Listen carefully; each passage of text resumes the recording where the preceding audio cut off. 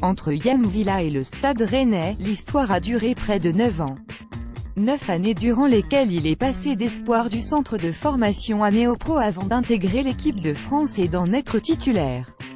Mais l'histoire, étalée dans le temps, a été parsemée de petites affaires. On a dit beaucoup de choses sur Yann, son environnement, ses parents. Je me souviens, il avait acheté une maison, il logeait sa famille. Vu de loin, son environnement pouvait paraître compliqué, reconnaît Frédéric de Saint-Cernin. Pour autant, l'ancien président du club, qui a cumulé 2 mandats, décembre 2006 à mai 2010, juin 2012 à mai 2014, garde de très bons souvenirs du milieu stéphanois. C'était le niveau au-dessus, un joueur indiscutable. Il a toujours été extrêmement professionnel, respectueux envers le Stade Rennais, ses partenaires et la hiérarchie, dit-il, soutenu dans son argumentaire par Laurent Huard, l'entraîneur avec lequel Yann Villa a notamment remporté la Coupe Gambarde et la face à Bordeaux, 3-0. Le 24 mai 2008. La Gambarde-là, ça reste un très bon souvenir. Il avait marqué d'une belle frappe, rappelle le technicien, qui décrit un joueur entier engagé dans ses entraînements et volontaire, qu'il avait fait débuter au poste d'arrière droit lors d'un match à Vitré, avec l'équipe réserve. Même à un poste qu'il ne connaissait pas, à 17 ans à peine, il avait déjà tout pigé. Ce jour-là, je m'étais dit, attention, ce joueur, c'est du lourd. L'avenir a donné raison à Laurent Huard, mais laisse forcément un goût amer. Yann, c'était le niveau au-dessus, un milieu indiscutable en équipe de France, précise Frédéric de Saint-Cernin. Je me souviens de ce moment où avec 4 autres joueurs, Mavinga, Ben Yedder, Niang, Griezmann, il est sorti lors d'un rassemblement, ça a mal tourné et il y a eu des échos dans la presse, le début des complications à l'échelle nationale. Il est devenu une sorte de proie les médias et ça s'est emballé, souligne pour Gaulle son ancien avocat Thierry Fillon. Frédéric de Saint-Cernin, qu'il avait sanctionné sportivement en accord avec Frédéric Antonetti, se rappelle très bien de son entretien avec le joueur. Yann est venu dans mon bureau. Il est entré, il a enlevé sa casquette. Il est resté debout et je lui ai dit, Yann, assieds-toi, on va discuter 5 minutes. Il m'a dit, c'est normal président, je vous comprends très bien. J'ai écorné ma propre image, celle de l'équipe de France et du Stade Rennais. J'ai été en garde à vue avec lui à côté de Rennes. Yann Villa, ce n'est pas quelqu'un qui fuit les choses, raconte Laurent Huard. Et effectivement, ce jour-là, il avait tenu à assumer, en leader d'équipe. Il y avait un Rennes avec Yann et sans Yann alors qu'il n'avait que 20 ans. Il dégageait une puissance, il avait un coffre, une VMA considérable.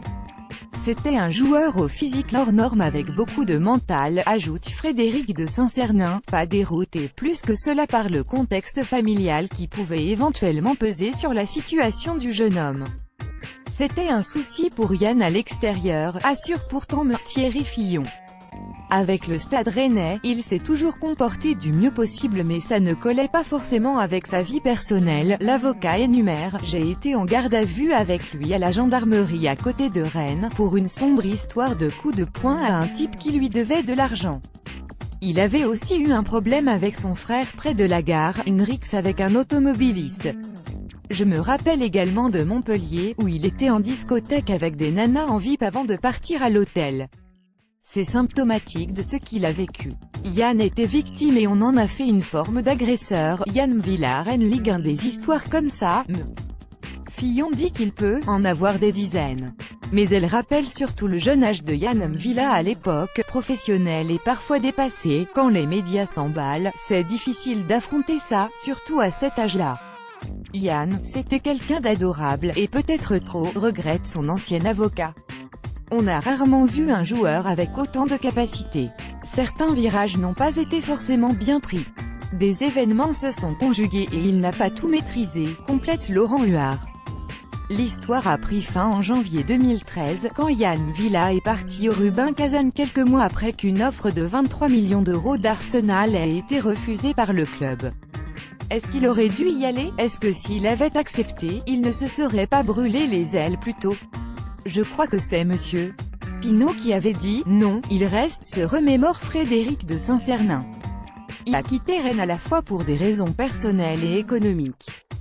Un moment de sa carrière s'est joué quand il est parti à Kazan et il n'est pas remonté depuis, estime pour sa part Fillon. Le voilà maintenant à Saint-Étienne depuis cet hiver.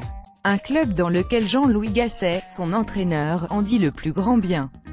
Logique, si l'on en croit Laurent Huard, parce que Yann est aimé de ses coéquipiers, de ses entraîneurs.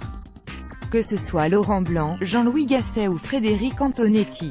Tous l'ont adoré, une transmission dans le temps, qui se vérifie d'homme à l'aube des retrouvailles avec son club formateur.